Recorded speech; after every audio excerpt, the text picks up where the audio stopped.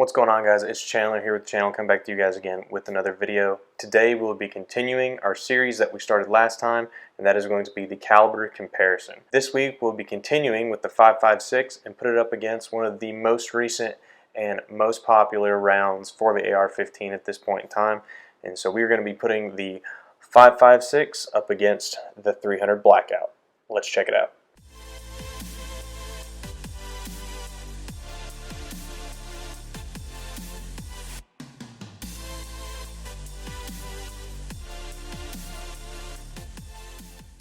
So again, with this video, we'll start out with a disclaimer. This video is going to be more oriented those new to building or buying an AR, so that way they can choose the correct caliber for themselves. As I pointed out, we did go over the 5.56 versus the 2.23 in our previous video. I'll leave that up at the top for you to check that out as well. We won't be going into as much detail about the 5.56 since we went into it quite a bit in the previous video. Today we'll just be really comparing what the 300 Blackout is compared to the 5.56. So just to give a little bit of background, what exactly is the 300 Blackout round? Officially named the 300 AAC Blackout from the company it was made by. The 300 Blackout round is essentially, to put it very simply, and I mean this very simply, the 300 Blackout is a 30 caliber bullet put into a casing for a 5.56.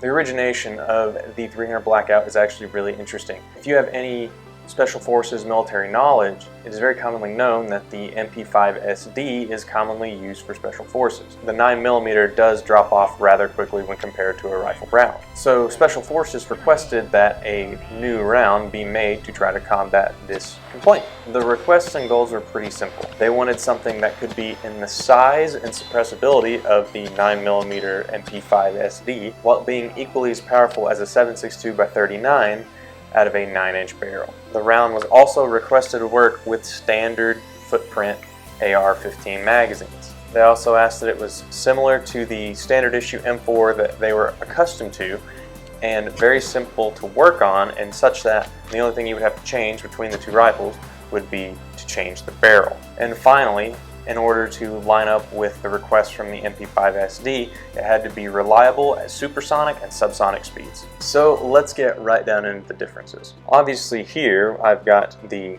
5.56, well this is a 2.23, but very similar enough for the purposes of this video, as well as a 300 Blackout. Instantly you can tell that the bullet size is much larger on a 300 Blackout. With that, it is a heavier round. The 5.56 is in a ballpark around half the weight of most 300 Blackouts.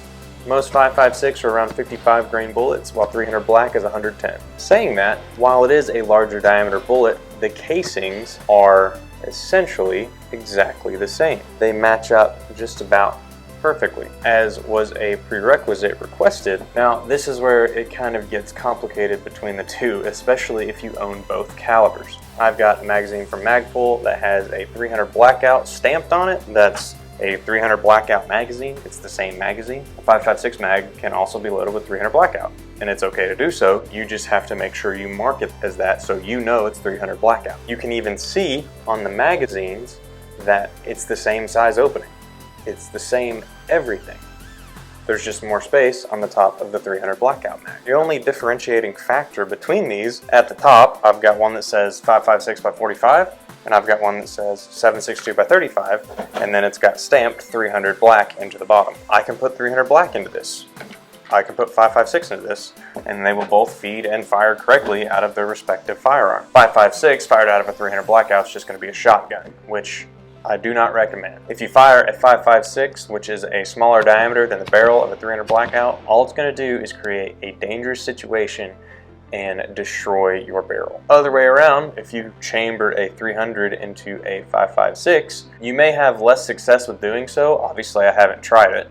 However, I figure the situation might be where it is a shorter round, same size casing, it may still chamber and the bolt still may close, except when you go to fire it, you're trying to fire a 30 cal out of a .224 diameter barrel. The failure will be catastrophic and very dangerous. Another thing with the bullet is, as you can see, if you line these up, the 300 Blackout casing is actually shorter than the 5.56. This has some implications.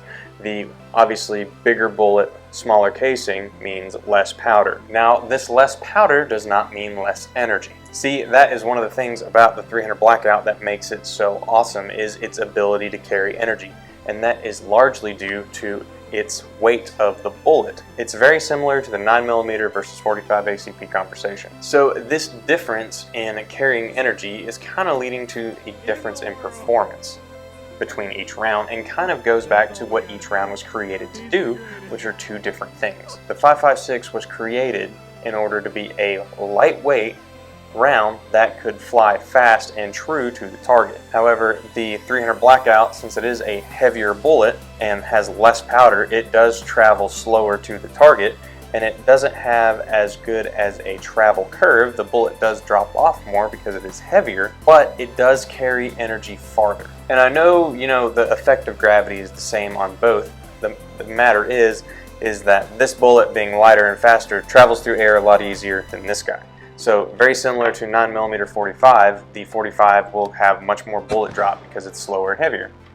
So it's much more affected by the atmosphere. But to each of those points, the 300 Blackout wasn't meant to reach out and hit somebody at long range shooting. The 300 Blackout was really created to be shot out of short-barreled firearms. Now, American Armaments Company put a study together for the difference between these two calibers, shot out of a similarly length barrel. The 5.56 was a 16.5 and the 300 Blackout was a 16-inch barrel. And the results really speak to the purposes of both of these calibers. So a standard 115 grain 300 Blackout bullet fired out of a 16-inch barrel, the results are rather staggering for bullet drop for the supersonic ammo. If you zero the 300 Blackout out of that 16-inch barrel at 100 yards, it's going to have a bullet drop of about 8 inches at 200 yards, and then even 2 feet at 300 yards, all the way out to 9 feet at 500 yards. And if you turn that into a 220 grain subsonic ammo, you don't even want to know.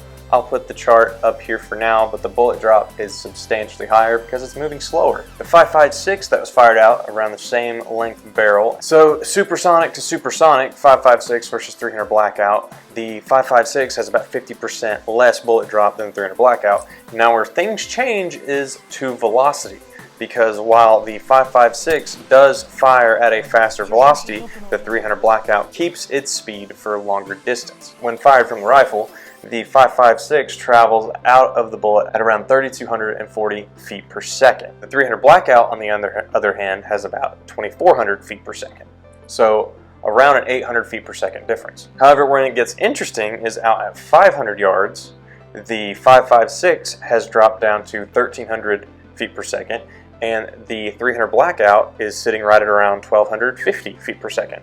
So it holds velocity much easier than the 5.56. So this makes sense, right? It has a lot to do with momentum, and I won't go into the physics of all of it, but put it simply, the lighter bullet will be affected more than the heavier bullet when it comes to that scenario. So what about energy on the target, the whole thing that the 300 Blackout was meant to carry? I'm going to put a chart up here by American Armaments Company that explains why the 300 Blackout is preferred for that close quarter scenario. To put it simple, to get comparable energy on target from a 300 Blackout than a 5.56, you can vastly shrink your barrel length. So approximately a 5.56 fired out of a 16-inch barrel will have the same amount of energy at the muzzle that a 300 Blackout will out of a 10.5-inch barrel. But long story short, the 300 Blackout will provide more energy on target out of a shorter barrel. And this is important because obviously it was designed to be fired out of that shorter barrel.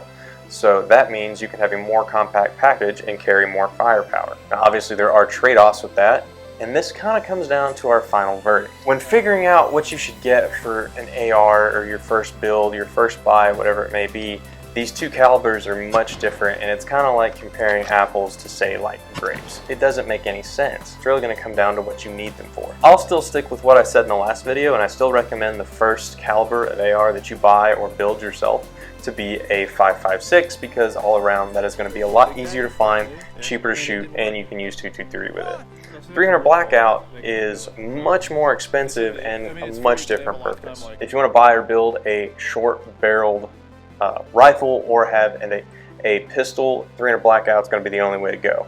The comparison in ballistics just won't be the same between a, say, 9-inch barrel 5.56 and a 9-inch barrel 300 Blackout. 300 blackout is going to outperform it every time. Now, if you're shooting distance, obviously you're going to want to go more with the 5.56 compared to the 300 blackout. Now, I know we didn't go into a lot of subsonic versus supersonic in this video. If that's something that you want to know about, leave it in the comments down below and let us know, and we'll go over it. And that's going to about do it for this video, guys. Let us know what you think of the two different calibers in the comment section down below. 300 blackout versus 5.56. Which do you prefer, for what purposes, and why?